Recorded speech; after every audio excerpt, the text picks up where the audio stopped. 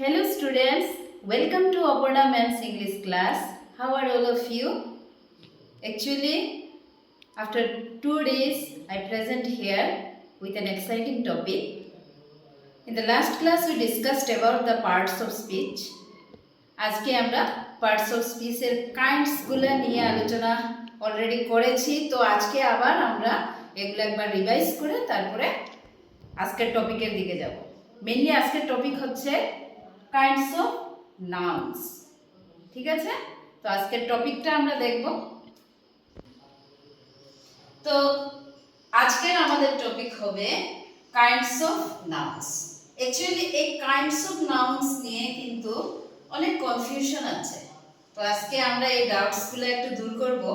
তোমরা দেখো, actually noun আমাদের অনেকগুলা কাইন্ডস, কিন্তু যেমন ধরো proper noun, common noun, collective noun, material noun, countable noun, uncountable noun, singular noun, plural noun.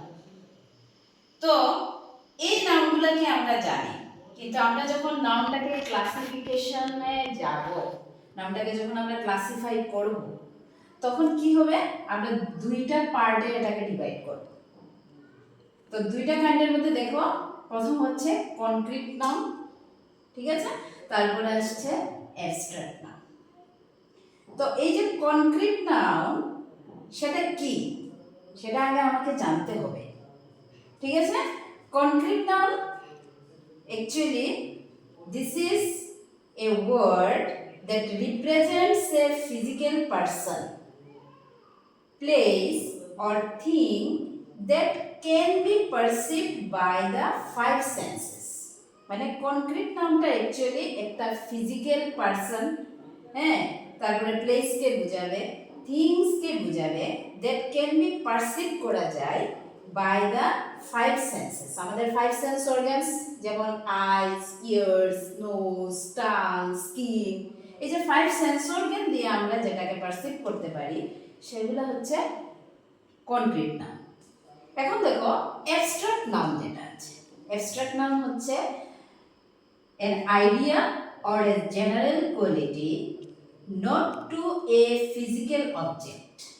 এটা হবে এটার থেকে কমপ্লিটলি অপোজিট, মানে এটার থেকে কমপ্লিটলি আলাদা, যেটা হবে একটা আইডিয়া, হ্যাঁ, তারপরে একটা জেনারেল কোয়ালিটি বোঝাবে, একজন মানুষের কোয়ালিটি, যেমন ধরো কাইন্ডনেস, হ্যাঁ, তারপরে তার অ্যাঙ্গার, হ্যাঁ, কারেজ, এগুলোকে বোঝাবে। তারপরে not to a physical object, এটার মধ্যে কোনো ধরনের ফিজিক্যাল অবজেক্ট না। যেমন ধরো আমরা নাউন বললে যেমন একজন পার্সনের নাম বা ফিজিক্যাল অবজেক্ট, যেমন ধরো বলতে পারি একটা পেন, টেবিল, এগুলোকে মিন করবে না অ্যাবস্ট্রাক্ট নাউনের মধ্যে।